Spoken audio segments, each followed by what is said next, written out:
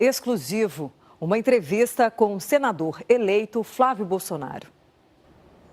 O senador eleito Flávio Bolsonaro recebeu a equipe do Domingo Espetacular no início da noite desse domingo. É a primeira vez que ele vai falar desde que foi divulgado o relatório do COAF, o Conselho de Controle de Atividades Financeiras. No documento aparecem movimentações bancárias consideradas suspeitas na conta do senhor.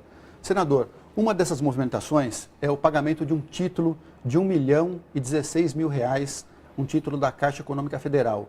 Que título é esse e quem era o beneficiário? Bom, em primeiro lugar, eu quero agradecer, Lúcio, e a Record pela oportunidade de vir aqui trazer a verdade.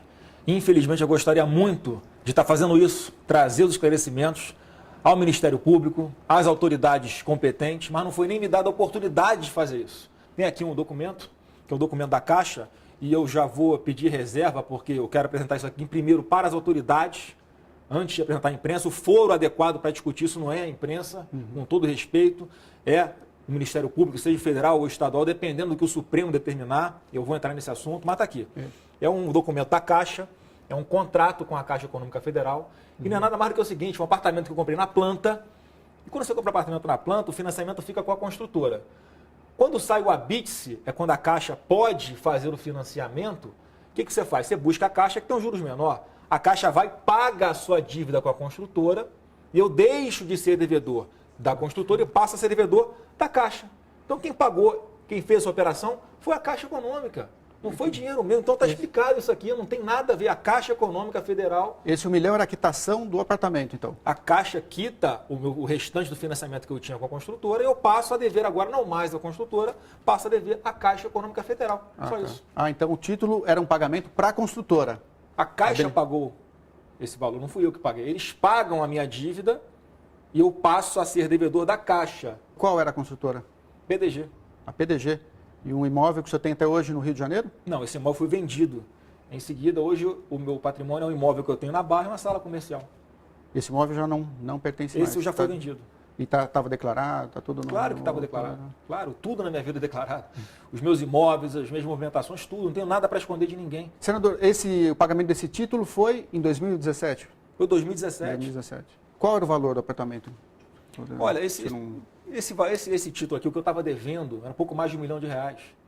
E aí a dívida passa da construtora, que estava ali, foi onde eu comprei o apartamento na planta, e eu passo para a Caixa, nada além disso. Simples de explicar. Agora Caixa quitou o apartamento e o senhor passou a dever o valor do apartamento para a Caixa. Era normal. Essa é a burocracia do financiamento, né?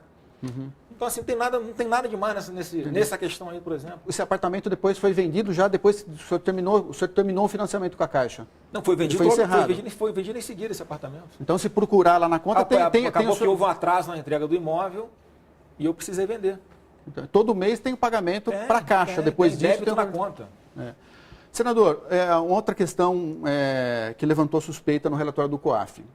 Entre junho e julho de 2017, no prazo de um mês, o senhor recebeu 48 depósitos em torno de R$2.000. Foram em 3 meses, né, R$96 mil, em que eles tentam, de uma forma muito baixa, querer insinuar que a origem desse dinheiro tem alguma coisa a ver com um ex-assessor meu ou com terceiros. Não tem. Eu explico mais uma vez. Eu sou empresário. O que eu ganho na minha empresa é muito mais do que eu ganho como deputado. Eu não vivo só do salário de deputado. E além disso, está aqui a origem. Mais uma coisa que eu vou mostrar, mas que eu peço reserva, porque eu vou apresentar no momento oportuno para as autoridades, que é a escritura do apartamento que eu vendi. Sabe qual foi o valor do apartamento que eu vendi? R$2.400.000. Não é o mesmo apartamento. É o mesmo apartamento, por coincidência é o mesmo apartamento, que eu vendi logo em seguida. Então não tenho nada para esconder de ninguém. Esse apartamento aqui foi pago direitinho, bonitinho. Então, e só para complementar, vou chegar lá. Então estou mostrando para vocês qual é a origem. Tem origem, não é origem ilícita, não tem origem em terceiros. Agora, por que aparece dessa forma? Porque esse dinheiro, que é um dinheiro meu, era depositado na minha própria conta. E como tem que ser de R$2 em R$2.000, porque o limite para você fazer o depósito no caixa eletrônico, naquele papelzinho, são R$2.000, foi feito dessa forma. Não tem mistério nenhum. Está tudo declarado, justificado no papel. Está declarado ao fisco, está declarado, né, na escritura. Se fosse algo de ilícito, você acha que eu ia botar na minha conta? Não tem dinheiro ilícito na minha mão. Não Mas, fala, mas, não tem mas nada o senhor comigo. depositava em dinheiro na própria conta? Eu recebi uma parte, eu sou empresário. Eu pego o dinheiro, às vezes, da empresa em cash. Uma parte foi desse apartamento foi pago também em cash. Está aqui escrito na escritura. Senador, para não ficar nenhuma dúvida, esse imóvel, então, esse referido imóvel, qual o endereço dele no Rio de Janeiro? É na Zona Sul do Rio de Janeiro, está aqui escrito na escritura. Tá? E mais uma vez, eu quero Qual apresentar rua? Você isso pode aqui falar à autoridade. rua, Eu não né? quero Não. falar detalhes. Tá. Aqui não é o foro competente para tratar disso. Eu quero tranquilizar todo mundo que está aqui, as provas estão aqui. Eu só queria ter a oportunidade de mostrar isso aqui para a autoridade competente, não tive. E o que levantou suspeita, esses depósitos eram feitos no caixa, né, no banco, na agência Foi o que eu bancária, acabei de dentro da explicar. Assembleia Legislativa É lógico, do Rio de é meu Janeiro. trabalho. É no seu trabalho. É o meu gabinete, é a agência bancária que todo mundo da Assembleia vai ali para fazer as suas operações de depósito de conta, pagar, não sei o quê. Saque no caixa. É embaixo do plenário essa agência, não tem mistério. O ex-assessor do senhor, Fabrício Queiroz, trabalhou com o senhor na Assembleia Legislativa do Rio de Janeiro, ele movimentou na conta dele, num período de 3 anos, 7 milhões de reais. Ele mora numa casa simples, ele recebia um salário, né, segundo se divulga ele, 23 mil reais. O senhor acha que é compatível essa movimentação com a vida que ele levava e com o salário que ele recebia? Olha, o que meu ex-assessor faz ou deixa de fazer é responsabilidade dele. Eu não tenho como saber o que aconteceu, porque a imprensa às vezes coloca de um jeito, né? Você pega, antes era um ano, o vazamento que foi do estilo dele foi de 1 ano. Aí ele movimentou 1.200.000 reais. Aí você vai ver, não foi 1.200.000 reais. Foram 600 mil reais que entraram e 600 mil reais que saíram. E quando ele me diz, ô Lúcio, lá no começo, que eu fui questioná-lo, que dinheiro é esse? E eu até falei, ele me deu uma explicação plausível. O que ele me falou? Ele falou que grande parte desse dinheiro era dinheiro dele, né, que ele como policial recebia, na Assembleia recebia, e a família depositava na conta dele. Só isso aí já dá 80% da movimentação desses 600 mil reais. E os outros, você falou assim, chefe, isso aqui eu explico facilmente, não tem nada de ilegal, pode ficar tranquilo. Eu fui para a imprensa e falei, ele me deu uma explicação plausível, mas quem tem que ser convencido não sou eu, é o Ministério Público. Senador, causou estranheza que o senhor entrou com um pedido de suspensão do processo no Supremo Tribunal Federal, né, alegando o fórum privilegiado, que o senhor tinha tido o sigilo quebrado. Não foi isso. Por que o senhor fez esse pedido? Bom, te agradeço pela pergunta, Lúcio, porque é importantíssimo esclarecer de uma vez por todas para todo o Brasil. Não pedi foro privilegiado no STF. O que eu fiz foi uma reclamação, que é o remédio jurídico correto, para perguntar ao Supremo Tribunal Federal, obedecendo a uma decisão do próprio STF, que lá atrás decidiu sobre o foro, e tem uma vírgula que fala assim, ó, caso a caso, o Supremo Tribunal Federal dirá qual é o foro competente. Se é o Rio de Janeiro, o MP do Rio, ou se é Brasília, o MP federal. Então, a decisão ali que o Supremo vai tomar é para onde é que eu tenho que prestar os esclarecimentos, aonde é que eu vou levar isso aqui. O senhor não quis travar a investigação. Dentro do corpo disso, eu já informei ao Supremo as atrocidades que estão acontecendo aqui comigo. Meu sigilo bancário quebrado, sem autorização judicial. Provei ali que, além de quebrarem o meu sigilo sem autorização, Lúcio, eles deram publicidade para isso. Por que essa pressa? Tudo no seu tempo, eu vou prestar esclarecimento à autoridade competente. Por que essa perseguição comigo?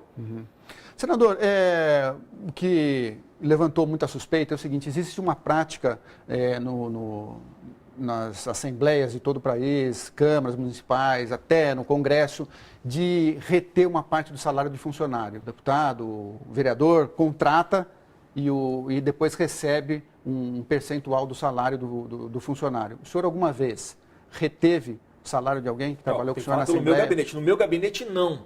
E se eu soubesse que alguém estivesse cometendo isso, eu era o primeiro a denunciar e mandar prender. Porque todo mundo sabe, quem me conhece, quem me acompanha no dia a dia, sabe que não tem sacanagem comigo. Tá? Se eu quisesse dinheiro, eu não tinha aceitado algumas ofertas tranquilas de doação eleitoral para minha campanha, bonitinha, de empresários que queriam ajudar o Brasil. Recusei milhões de doações de campanha. Não quero fazer, digo mais, em alguns períodos no meu gabinete, cargos ficaram vagos. Se eu tivesse o intuito de ganhar dinheiro com isso, eu acho que ia deixar cargo vago. Quantos funcionários o senhor tinha na Alerj? No gabinete são 20, mais ou menos. 20. Aí varia, os cargos podem ser fracionados, tá? Mas nunca foi, meu gabinete é enxuto, funciona, todo mundo trabalha. Todos recebiam salário integral? Todo mundo trabalha, cara. O que a pessoa faz com o dinheiro dela não tem como controlar. Senador, voltando no assunto do STF, o pedido que o senhor fez ao STF relativo à investigação feita pelo Ministério Público do Rio de Janeiro. O que o senhor achou da fala do ministro Marco Aurélio? Ele disse que casos como esse, ele devolveu para o processo onde está a investigação de origem, que seria o Ministério Público do Rio de Janeiro. O que o senhor achou da fala dele? Lúcio, o STF, os ministros do STF, suas decisões são soberanas. Pelo que eu saiba, o ministro Marco Aurélio Mello está de férias. Então, ele não teve acesso ainda ao teor da reclamação que eu fiz junto ao Supremo Tribunal Federal. Então, com certeza, ele tem uma fala que para mim é fundamental. E diz o seguinte: eu não olho capa de processo, eu olho o conteúdo do processo. Então, fico muito feliz que o ministro Marco Aurélio tenha falado isso, porque é só isso que eu quero. E ele vai ter oportunidade de ver que dentro do processo, como eu estou sendo arbitrária e ilegalmente lesado, porque tive o sigilo bancário quebrado, porque foi dado publicidade para isso em rede nacional, muito antes de eu ser ouvido. Não tem sentido isso tudo que está acontecendo comigo. Então, não tenho dúvida que o ministro Marco Aurélio, ao analisar as nulidades que existem nesse procedimento, que eu também incluí nessa reclamação, ele vai tomar a decisão dele, certamente a decisão mais acertada. Na opinião do senhor, esse processo deveria correr em Brasília? Então, quem tem que falar é o Supremo. Não cabe a mim falar. É a decisão do próprio Supremo Tribunal Federal. Não temos nas instâncias. Onde eu estiver aqui, eu vou, sem problema nenhum. Tá. Senador, para a gente concluir a entrevista, esse caso já está na mídia há mais de um mês, né?